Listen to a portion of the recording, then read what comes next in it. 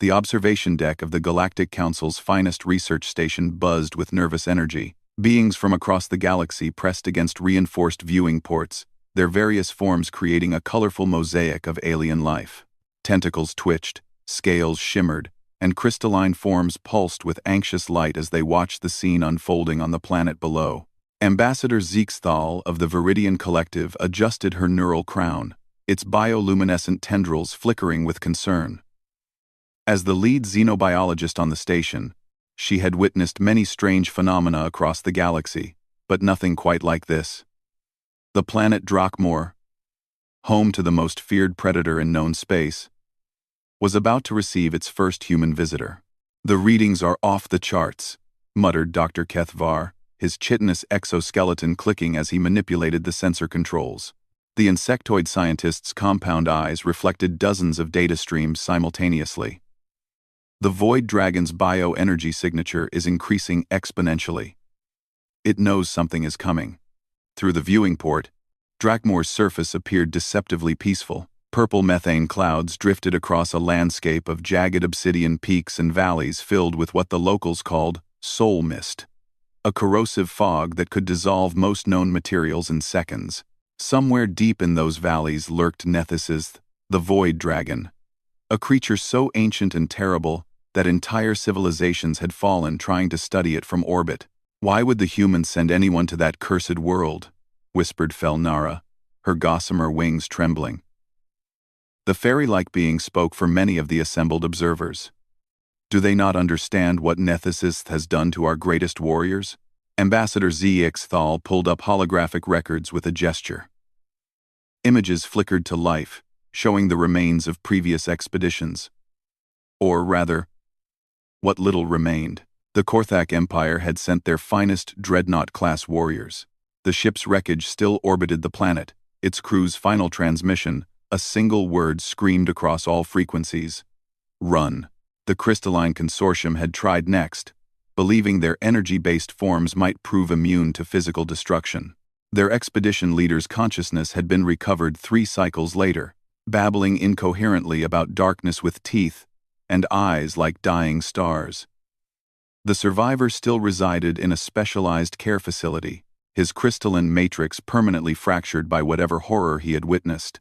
Even the warlike Zephyrians, whose battle rage was legendary across 7 sectors, had attempted to claim Nethysith as a trophy. Their battle fleet of 300 vessels had approached with full military honors, broadcasting challenges and threats. The dragon's response had been swift and devastating. In less than 10 minutes, 300 ships became 300 falling stars, their wreckage creating a brief meteor shower, visible from 3 star systems away. "The human vessel is entering atmosphere," announced Dr. Kethvar, his voice barely concealing his fascination. "It appears to be a civilian transport?" The assembled aliens pressed closer to the viewing ports. Through the enhanced telescopic displays, they could see the ship. A simple, boxy affair that looked more suited to cargo hauling than facing galactic terrors. No weapon signatures, no military shields, no obvious protective systems.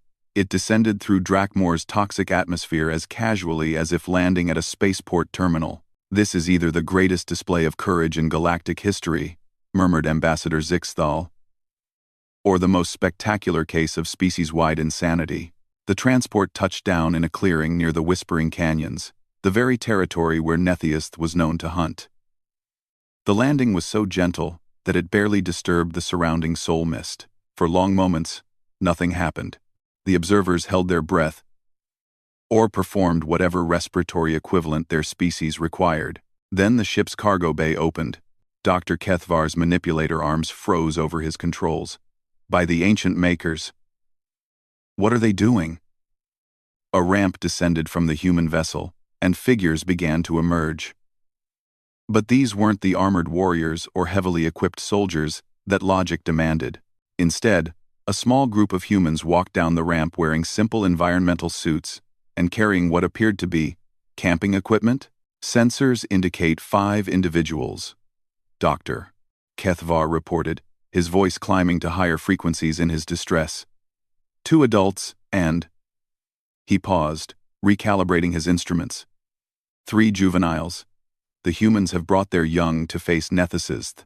A collective gasp echoed through the observation deck. Bringing children to face the Void Dragon wasn't just foolish.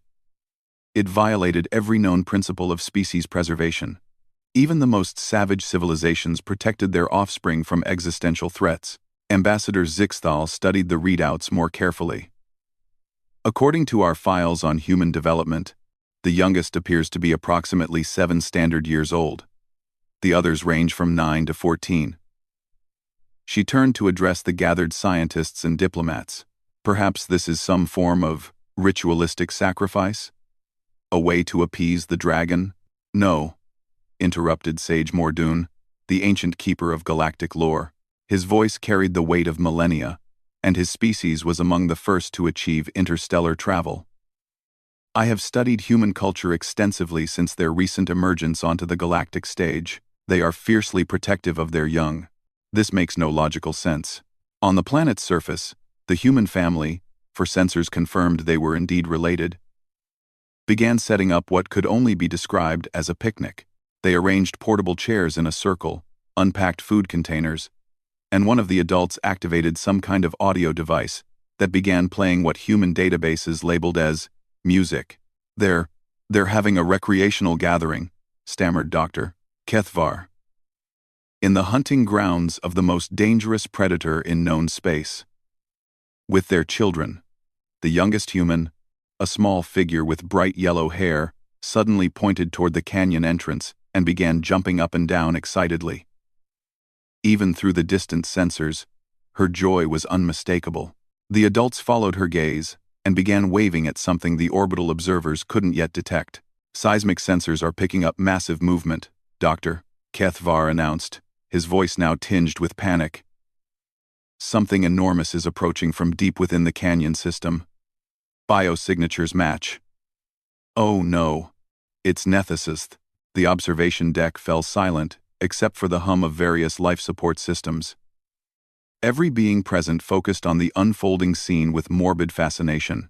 They were about to witness the extinction of an entire human family unit, possibly broadcast live across the galaxy as a warning to other species about the folly of approaching Drakmor.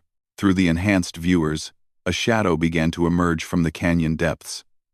At first, it seemed like a trick of the light, a darkening of the already dim Drakmorian atmosphere. But then the shadow took shape, revealing itself to be something far worse than darkness.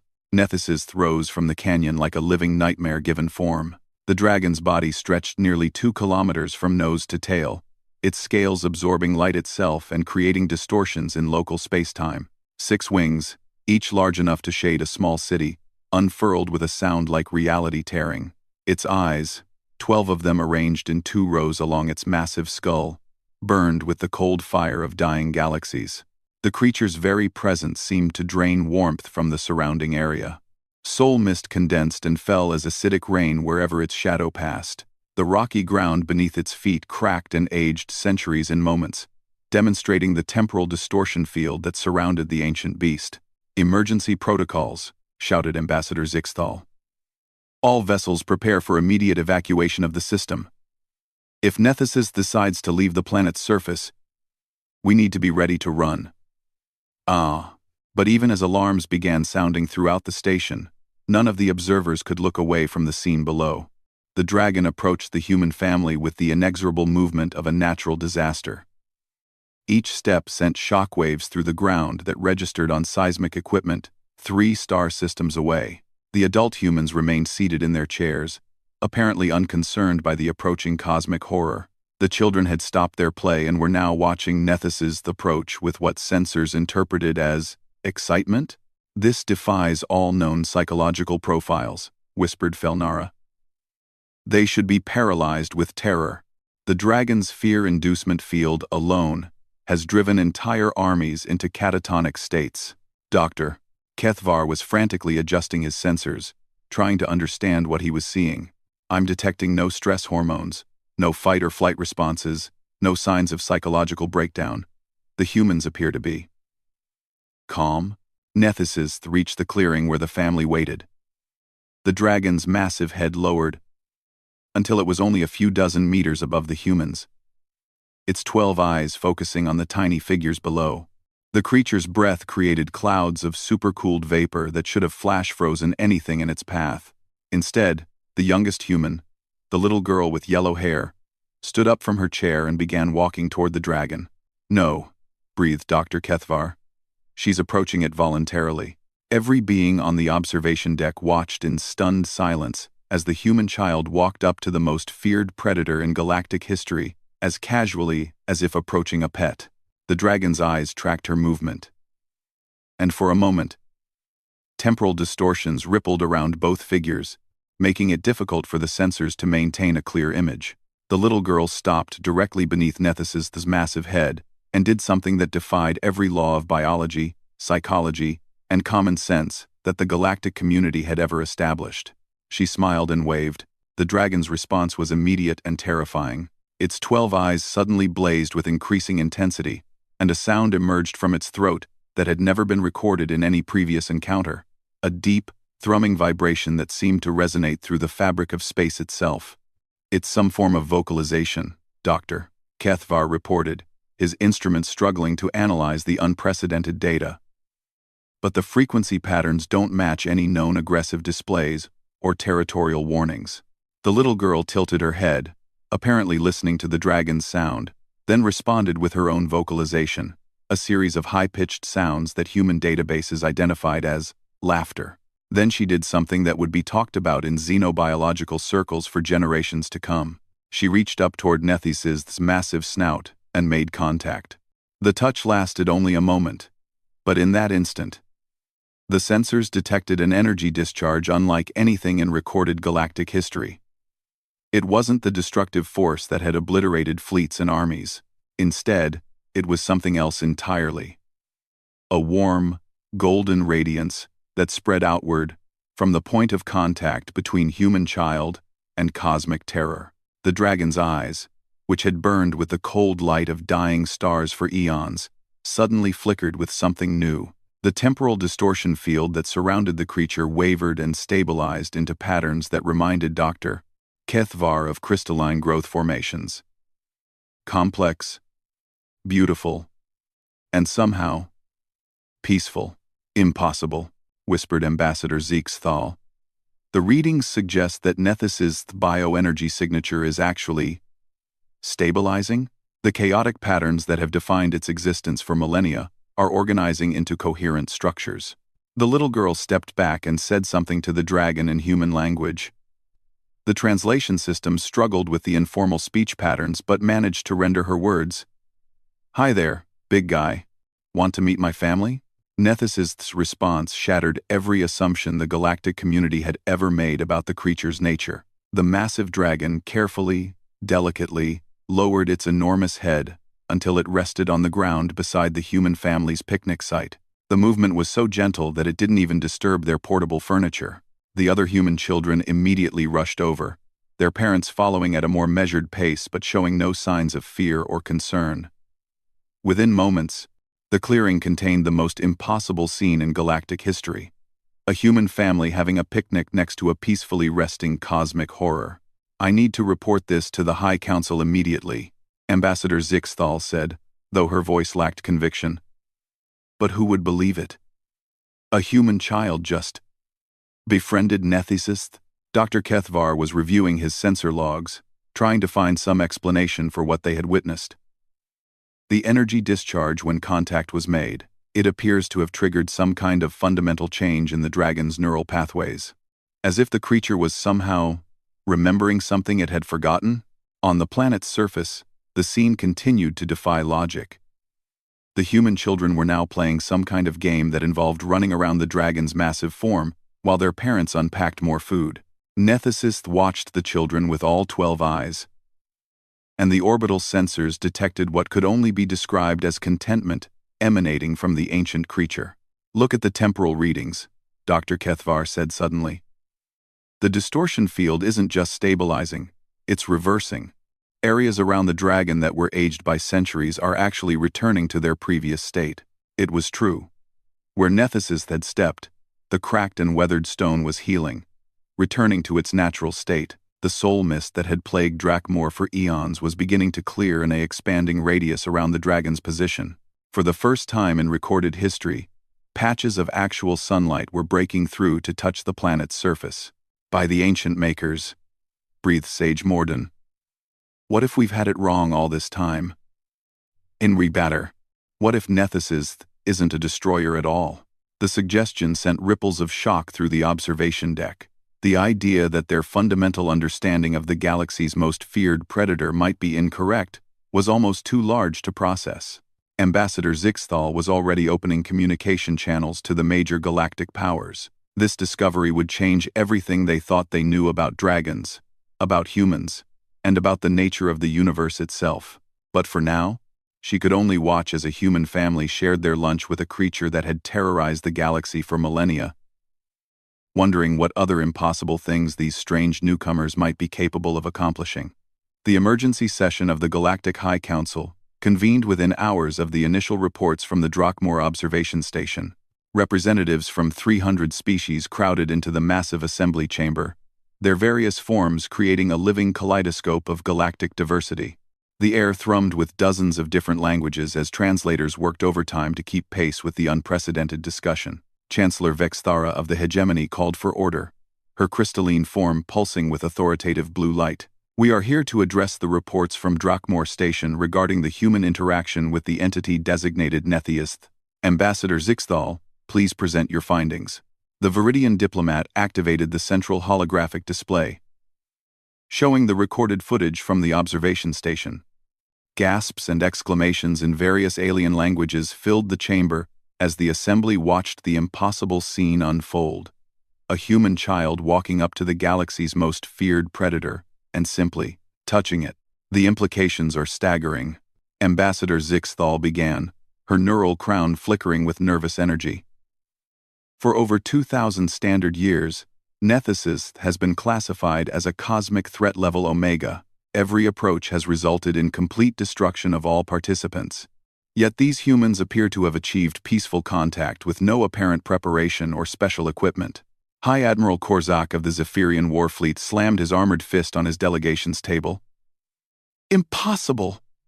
My finest warriors died attempting what this child accomplished with a simple touch. There must be some deception, some hidden technology we cannot detect. Dr. Kethvar's image appeared via quantum communication link from the observation station. His compound eyes reflected multiple data streams as he addressed the assembly. High Admiral, I understand your skepticism, but our sensors detected no technological interference. The interaction appears to be purely biological, or perhaps I should say, purely human. The chamber erupted in heated discussion. Representatives demanded explanations that no one could provide. How could a species that had only recently achieved interstellar travel succeed where ancient civilizations had failed catastrophically? Meanwhile, on Drakmor's surface, the human family continued their unprecedented picnic. The youngest girl, whose name was Sarah, according to intercepted communications, had somehow convinced Nethys to participate in what human databases classified as hide and seek. The massive dragon was attempting to conceal its 2-kilometer form behind rock formations that were obviously far too small to hide it, while the human children pretended not to see the obvious hiding spots.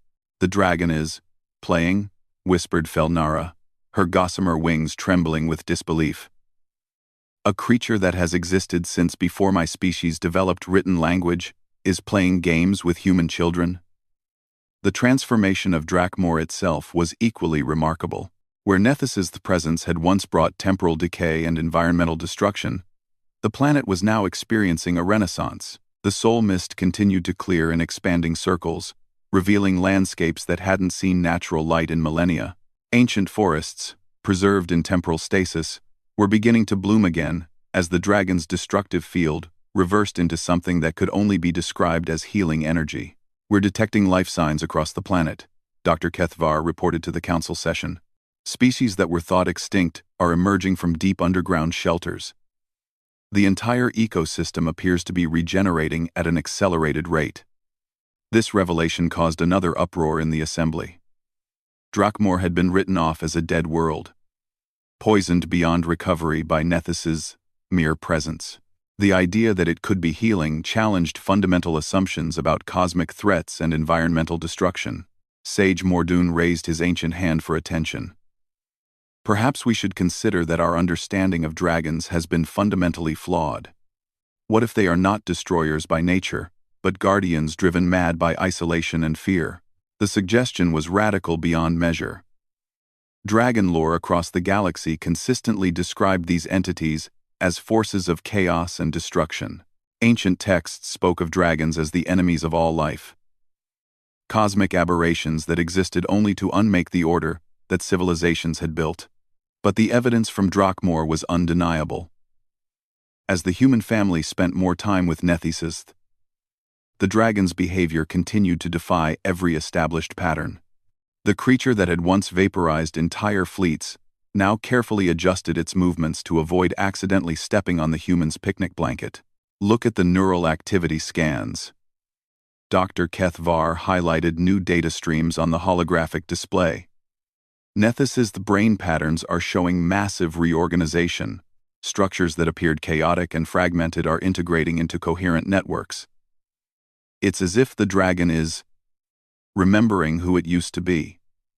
I, the human father, identified as Dr. Marcus Chen according to their ship's registration, was now engaged in what appeared to be conversation with the massive dragon.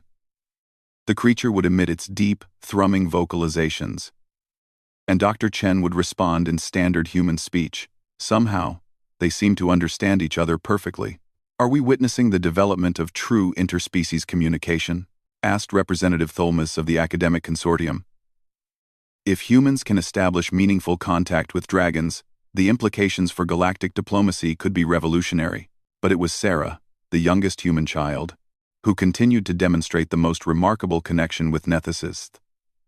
She had somehow convinced the dragon to lower one of its massive wings, creating a slide that she and her siblings used for entertainment. The sight of human children playing on a cosmic horror's wing would have been comical if it weren't so impossible. The energy readings around the child are unlike anything we've recorded, Dr. Kethvar noted. There's some form of resonance between her biological field and the dragon's quantum signature. It's almost as if they're operating on the same frequency. Ambassador Zeekthal pulled up comparative analyses from her database. I've been reviewing historical records of dragon encounters across the galaxy. In every case, the attacking forces approached with weapons, shields, and aggressive intent. The dragons responded with equivalent force. But the humans came with no weapons, no threats, no fear. They brought children and a picnic, added Felnara softly. They approached the most feared creature in the galaxy, as if it were a neighbor they wanted to befriend. This observation sparked a new line of discussion among the assembly. Human psychology reports indicated that their species had an unusual tendency to anthropomorphize other beings, to assume that even the most alien entities might respond to kindness and understanding.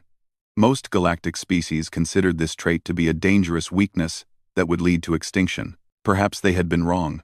On Drakmor, the impossible day was drawing toward the planet's shortened sunset. The human family began packing their picnic supplies, while Nethys watched with obvious interest. When Sarah approached the dragon's massive head to say goodbye, something extraordinary happened. Nethys began to emit a sound unlike anything the creature had produced before. A gentle, melodic humming that resonated through both the audio and quantum spectrums. The sound was hauntingly beautiful, carrying harmonics that seemed to speak directly to the soul of any being who heard it. It's singing, Dr. Kethvar reported, his voice filled with wonder. The dragon is singing to the human child. Sarah smiled and began to sing back, a simple human melody that her mother had apparently taught her. The two voices, one cosmic and ancient beyond measure, the other young and full of innocent joy, created a harmony that sent ripples through space-time itself. The effect on the observation station was immediate and profound. Beings who had been enemies for generations found themselves standing side by side, listening to the impossible duet with tears in their eyes, or whatever equivalent their species possessed.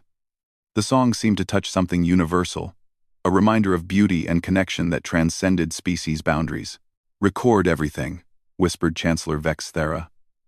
This moment must be preserved for all future generations. As the song concluded, Sarah reached up and gently patted Nethys's snout, a gesture so casual and affectionate that it defied the cosmic significance of the moment. The dragon's 12 eyes closed in what could only be interpreted as contentment. And for a brief instant, the ancient creature looked almost peaceful. The human family began walking back toward their transport, waving goodbye to their new friend. But Nethys was not ready for the encounter to end. The massive dragon carefully rose and began to follow the humans, moving with surprising grace for such an enormous creature. "It's following them," Dr. Kethvar announced unnecessarily, as every sensor operator could see the readings. "The dragon is following the humans back to their ship." The scene that unfolded next would become legend across the galaxy. When the human family reached their transport, Sarah turned back to Nethys, then spoke words that the translation systems rendered as, "You can come visit us anytime you want, okay? We live on a planet called Earth. It's really pretty there, and Mom makes the best cookies in the whole galaxy." Nethys' response was to emit another of its thrumming vocalizations, this one clearly in a questioning tone. "Doctor?" Chen stepped forward and appeared to be giving the dragon directions, actually providing navigational coordinates to Earth to a creature that could travel through space-time at will. "They're inviting it to visit their homeworld," Ambassador Zeekthal said in a voice barely above a whisper. "They're inviting a cosmic-level threat to Earth." But even as she spoke the words, she realized how wrong they sounded. Nothing about Nethys' behavior suggested threat anymore. The creature had revealed itself to be something far more complex than anyone had imagined. Not a force of destruction, but perhaps a lonely guardian who had forgotten its purpose until reminded by the innocent touch of a human child. The human transport lifted off from Drakmor's surface, leaving the dragon standing alone in the clearing. But as the ship departed, something remarkable happened. Nethys spread its 6 massive wings and launched itself into space, following the human vessel at a respectful distance. "By the ancient makers," breathed High Admiral Korzak, "it's escorting them. The dragon is providing protection for their journey home." Dr. Kethvar confirmed the readings. Nethys has positioned itself approximately 10,000 kilometers behind the human ship. It's matching their velocity and trajectory perfectly. The escort formation is protective. The implications hit the assembly like a shockwave. If dragons could bond with humans, if they could be allies rather than enemies, then everything the galaxy thought it knew about these creatures needed to be reconsidered. How many dragons were out there, alone and misunderstood, waiting for someone to approach them with kindness instead of weapons? "We need to establish formal contact with the humans immediately," Chancellor Vexthara declared. "If their species has the ability to communicate with dragons, they could help us resolve conflicts that have raged for millennia."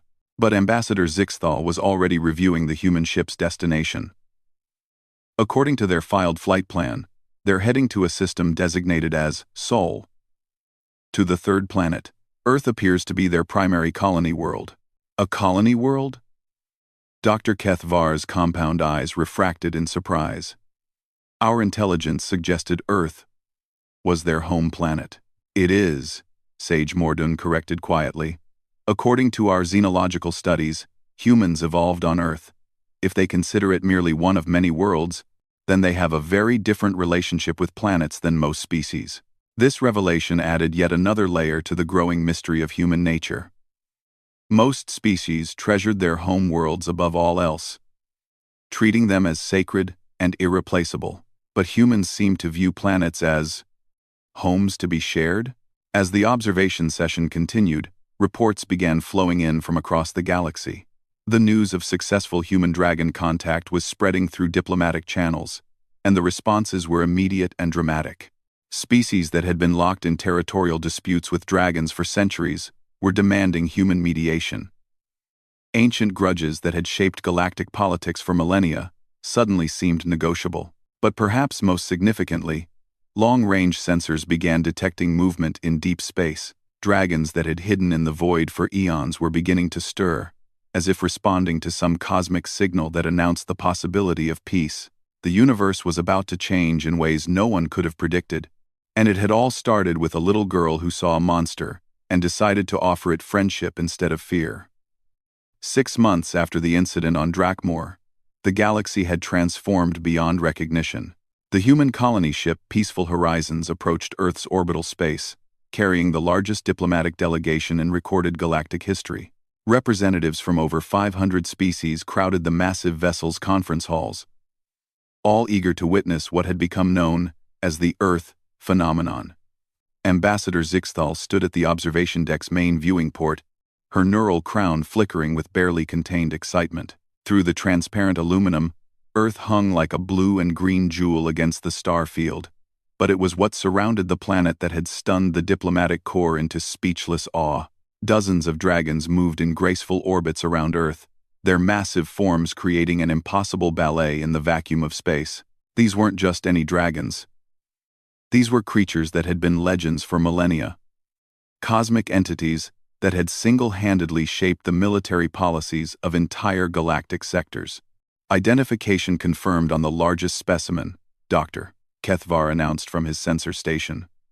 That's Vorth Ak, the Star Render, responsible for the destruction of the Kelvani Third Fleet 2 centuries ago. And there, the silver one with the crystal formations. That's Zephyra the Time Walker. She's been missing for over 400 years. Each dragon identification sent ripples of shock through the assembled diplomats. These weren't just dangerous predators that humans had somehow tamed. These were living legends, creatures of such power that entire civilizations had built their mythologies around avoiding them. But here they were, moving in peaceful formation around a single blue world, apparently serving as guardians. Incoming transmission from Earth Traffic Control, announced the communications officer, a nervous young Centaurian whose telepathic abilities made him ideal for managing multiple communication channels. We're being assigned orbital coordinates and an escort? Through the viewport, one of the smaller dragons, though smaller, still meant nearly a kilometer in length, detached from the orbital formation and approached their ship. Its scales shimmered with colors that had no names in any known language, and its eyes held the wisdom of eons. By the ancient makers, whispered Felnera. That's Morthus the Dream Singer. It hasn't been seen for over 1,000 years. The ethereal consortium built an entire religion around searching for it. Ara. The dragon positioned itself alongside the diplomatic vessel, matching its course and velocity with impossible precision. Through the ship's external cameras, they could see the creature's massive head turn toward their viewing port. And for a moment, its ancient eyes seemed to look directly at each observer. Then Morthus did something that defied every previous encounter with dragons in galactic history. It began to emit a complex pattern of light pulses from specialized organs along its neck, creating what could only be described as a greeting display. It's welcoming us, Dr. Kethvar said in amazement. The dragon is performing a formal diplomatic greeting. How did it learn our protocols? The answer came from Earth Traffic Control.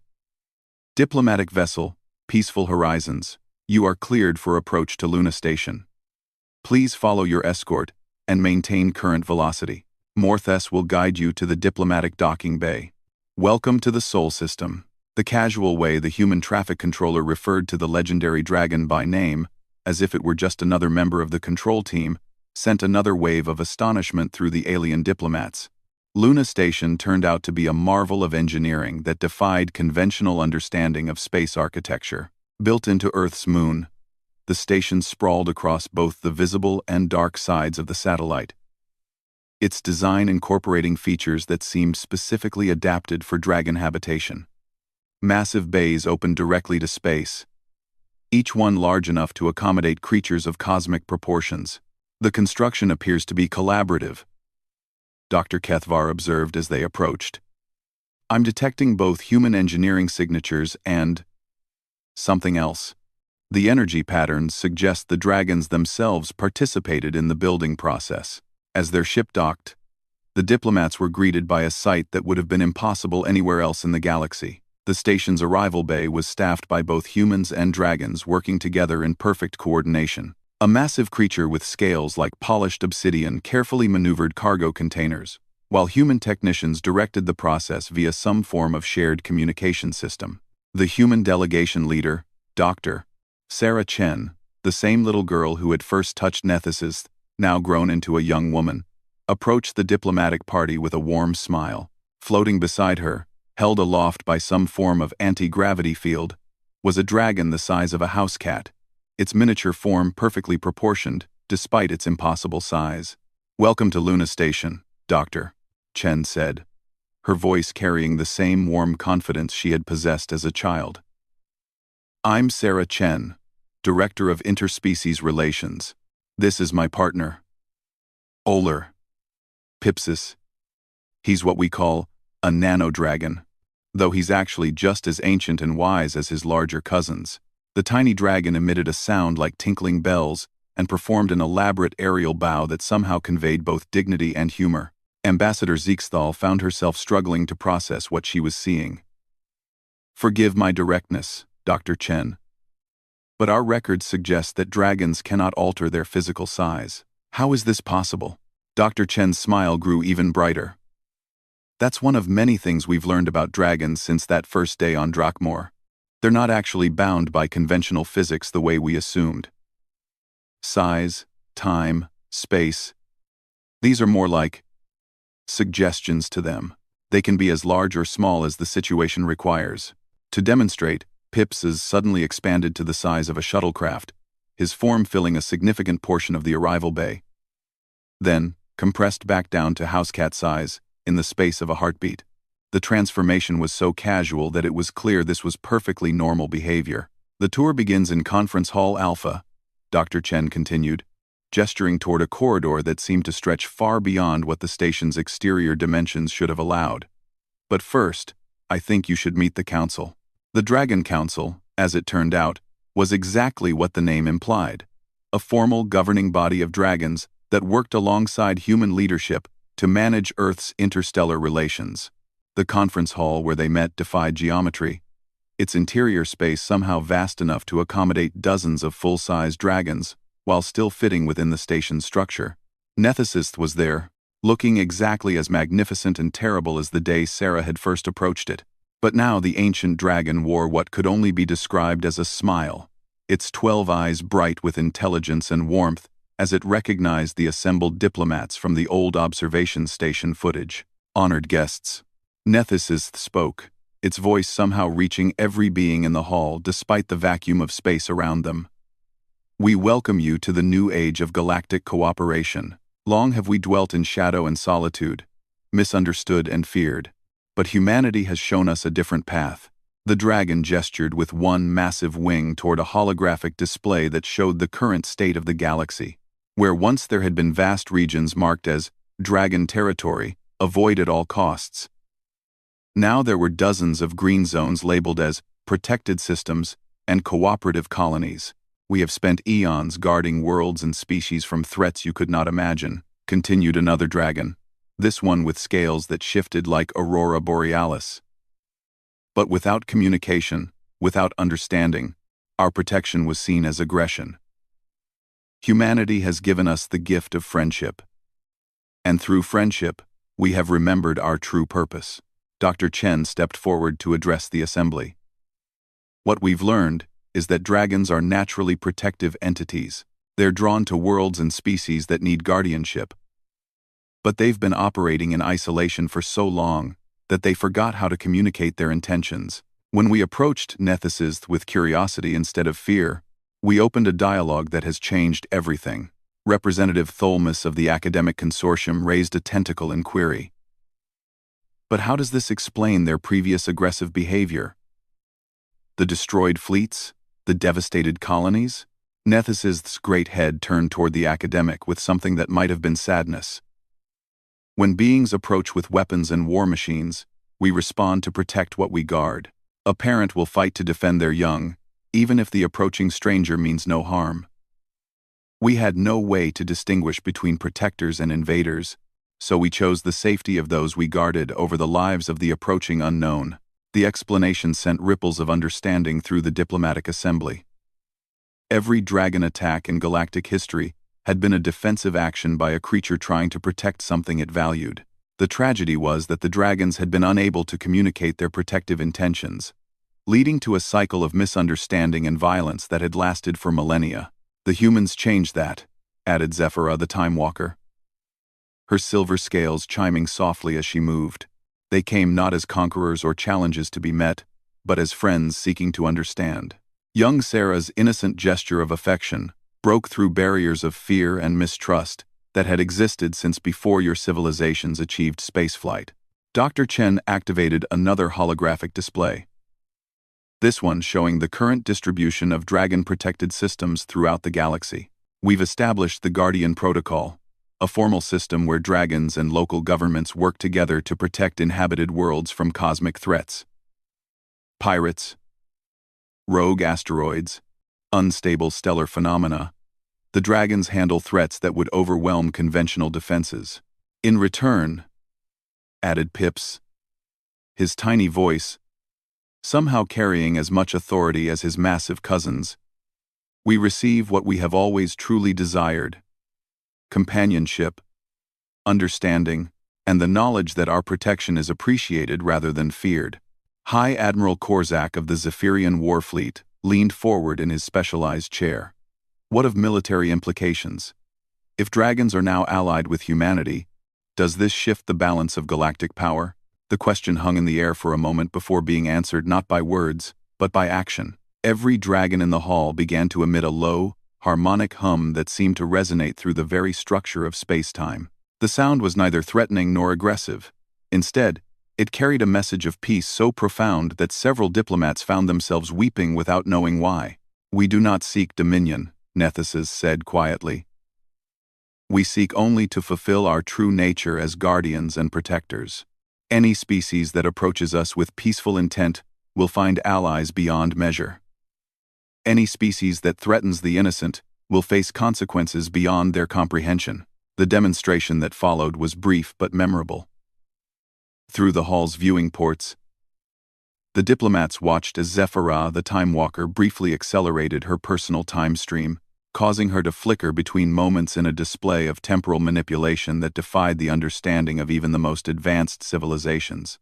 "The galaxy is vast and full of wonders and dangers, Doctor," Chen said as the demonstration concluded. "Humanity offers something that we believe has been missing: the ability to bring together those who have been separated by fear and misunderstanding. Dragons have protected us all for eons without recognition or gratitude. Perhaps it's time to change that." The formal negotiations that followed established new frameworks for galactic cooperation that would have seemed impossible just months earlier. Trade agreements were signed with dragon witnesses whose mere presence guaranteed enforcement. Research partnerships were formed to study cosmic phenomena under dragon protection. Exploration missions were planned to regions of space that had been considered unreachably dangerous, now made safe by dragon escorts. But perhaps most remarkably, a new tradition began to emerge. Young beings from across the galaxy began requesting to visit Earth, hoping to experience the mysterious human ability to see friends instead of monsters. The Academy of Interspecies Understanding was founded on Luna Station, where students learned not just facts about other species, but how to approach them with the curiosity and openness that humanity seemed to possess naturally. As the diplomatic session concluded, and the various representatives prepared to return to their home worlds with news of the new age, Ambassador Zixthal found herself standing once again at the observation deck. Through the transparent aluminum, Earth hung in space, surrounded by its impossible guardians. Creatures that had been the subject of nightmares for eons, now revealed as protectors who had simply been waiting for someone to say hello. "How did you know?" she asked Dr. Chen, who had joined her at the viewport. "When you were a child on Drakmor, how did you know that Nethesis wouldn't hurt you?" Sarah Chen smiled, the same bright expression she had worn as a 7-year-old girl approaching the galaxy's most feared predator. "I didn't know it wouldn't hurt me, but I could see it was lonely. And my parents always taught me that when someone is lonely, the best thing you can do is offer them friendship." Through the viewing port, Nethesis drifted past in its eternal orbit around Earth. As it moved, the ancient dragon turned its massive head toward the station and performed what could only be described as a gentle nod of acknowledgement. A cosmic entity that had found peace through the simple kindness of a human child. The galaxy would never be the same, and perhaps, Ambassador Zixthal thought, as she prepared her final reports, that was exactly what the universe had been waiting for all along. Someone brave enough to see monsters as friends, and wise enough to greet the unknown with open arms, instead of weapons drawn. In the end, it had taken humanity to teach the galaxy its most important lesson. Sometimes, the most powerful force in the universe is not strength, or technology, or ancient wisdom, but the simple courage to say hello to a stranger and mean it with all your heart.